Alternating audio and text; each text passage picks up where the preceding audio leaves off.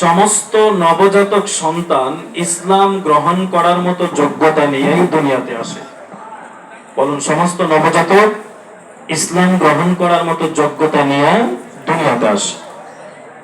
এবার বলবেন, তাহলে হিন্দু হয় কেন, বৌদ্ধ হয় কেন, বিধর্মী হয় কেন, বেনামাজি হয় কেন? রাসূল বলেন, আস্তে আস্তে তার মা, তার বাবা, তার পরিবেশ তাকে হিন্দু বানায়, তাকে বেনামাজি বানায়, তাকে বদকার বানায়।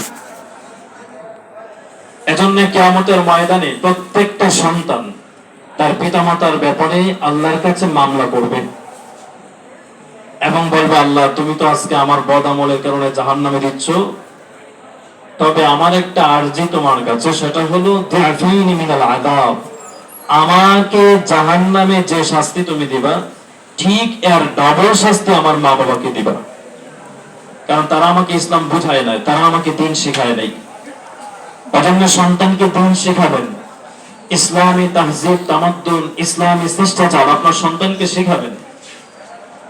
অবসর বসে আছেন, আপনার সন্তান ছোট, কেবলমাত্র কথা বলতে শিখে, তখন আপনি আপনার সন্তানকে কালেমা শিখাবেন, ইসলামী নলেজ যতটুকু আপনি জানেন, ইসলামের যতটুকু জ্ঞান আপনার আছে, আপনি মুসলিম হিসেবে সর্বপ্রথম আপনি মা, আপনি বাবা, আপনার উপরে দায়িত্ব হলো আপনার এই নবজাতক শিশুকে যতটুকু ইসলাম আপনি জানেন, ঠিক ততটুকু ইসলাম আপনি তাকে শিক্ষা দেন।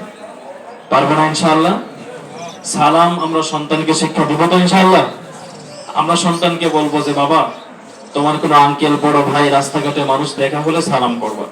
আচ্ছা, আপনি যদি আপনার ছোট সন্তান, কচি কাঁচা সন্তানকে যদি 1 দিন, 2 দিন, 3 দিন, 4 দিন, 5 দিন এভাবে দিনের পর দিন যদি বলতে থাকেন যে, বাবা তুমি সালাম করবা, সালাম দিবা, আপনি নিজেও যদি আপনার সন্তানকে সালাম করেন, আচ্ছা বলুন তো, এই সন্তানটা ভালো হবে না খারাপ হবে?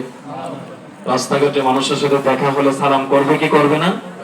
মানুষও আপনার সন্তানের জন্য দোয়া করবে আর বলবে, আল্লাহ, অমুকের সন্তান, অমুকের সন্তান, ছোট মানুষ রাস্তায় দেখলে সালাম করে, কি আদব তার।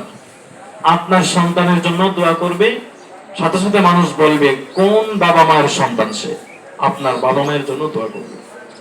তো সালাম শিক্ষা দেবো তো ইনশাআল্লাহ?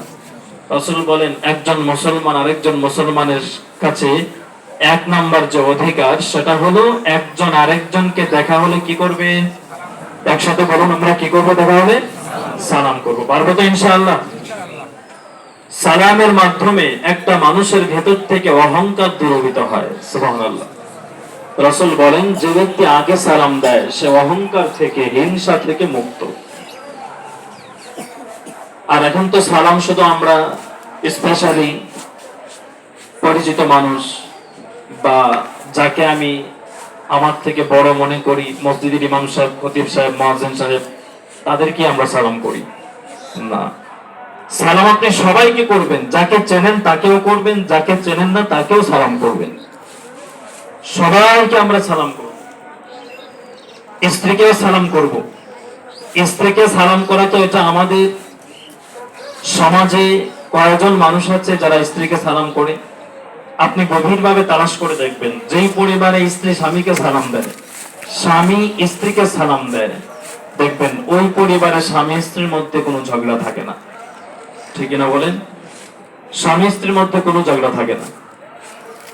আর আপনি যখন আপনার স্ত্রীকে বাসায় ঢুকে সালাম করেন, আপনি যখন বাসা থেকে বের হওয়ার সময় আপনার স্ত্রীকে সালাম করেন, আল্লাহ রাব্বুল আলামিন আসমান থেকে রহমতের বাড়ি ধারা আপনার ঘরে নাজিল করতে থাকে।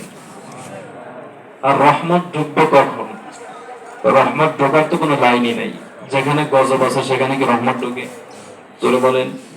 যেখানে অভিশাপ, যেখানে আল্লাহর লানত, সেখানে কি রহমত ঢোকার কোনো পরিবেশ আছে? আমরা তো আমাদের ঘরটাকে অলরেডি মিনি জাহান্নাম, জাহান্নামের একটা গর্ত বানিয়ে রেখেছি। এবার বলবেন, হুজুর, ঘর আবার জাহান্নামের গর্ত হয় কেমনে? আমরা প্রত্যেকেই, অধিকাংশ মানুষ, সমাজের অধিকাংশ মানুষ, আমরা আমাদের ঘর, আমাদের পরিবার, আজকে আমাদের সন্তান ভালো হয় না কেন?